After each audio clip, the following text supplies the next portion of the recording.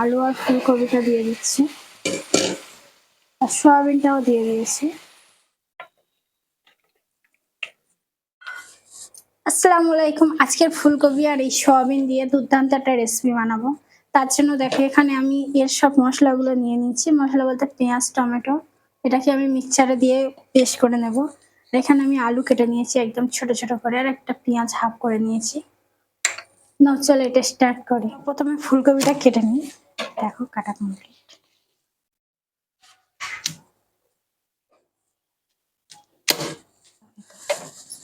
ফুলকপি কাটা আমার কমপ্লিট। এবার আমি তুলে নিচ্ছি একটা জায়গায়।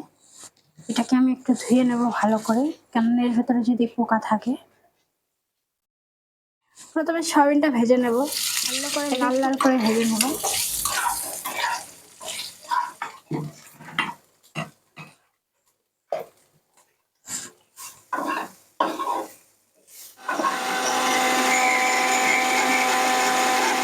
সয়াবিন ভাজা আমার হয়ে গেছে, এবার আমি এটাকে তুলে নেব।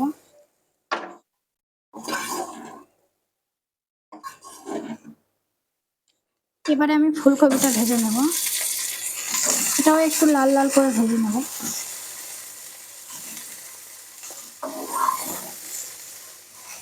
একটু লবণ আর হলুদ দিয়ে ভেজে নেব।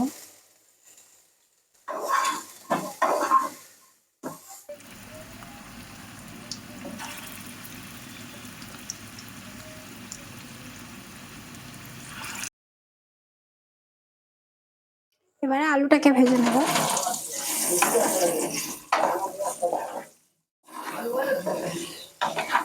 আজকের আমি সবগুলো ভেজে নিয়েছি, যেমন আলু, ফুলকপি, সয়াবিন, এগুলো সব আমি ভেজে নিয়েছি। এবার আমি এটাকে সব একসঙ্গে রান্না করব।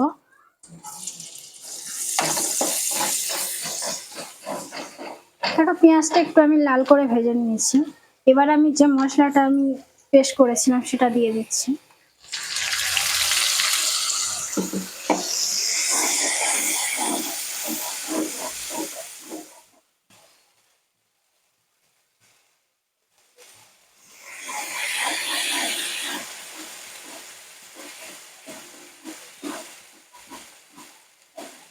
মশলাটা আমার কষানো কমপ্লিট হয়ে গেছে। দেখো মশলার ভেতর থেকে অল্প অল্প তেল বেরিয়ে আসছে। এবার আমি এগুলো সব দিয়ে দেবো। আলু আর ফুলকপিটা দিয়ে দিচ্ছি, আর সয়াবিনটাও দিয়ে দিয়েছি। দিয়ে ভালো করে একটু নেড়ে ছেড়ে নেবো।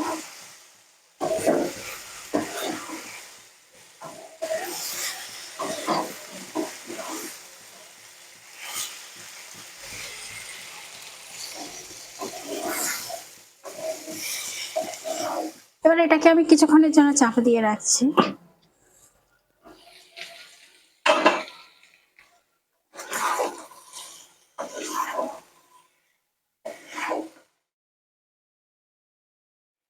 তরকারি কষানো আমার কমপ্লিট হয়ে গেছে, ওপর থেকে ধনেপাতাও ছড়িয়ে দিয়েছি।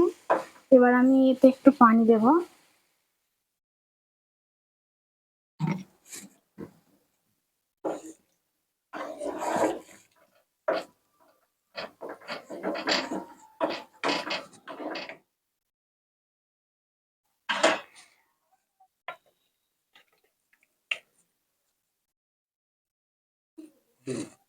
আজকের ফুলকপি আর সয়াবিনের তরকারিটা কেমন হয়েছে অবশ্যই কিন্তু জানাবে।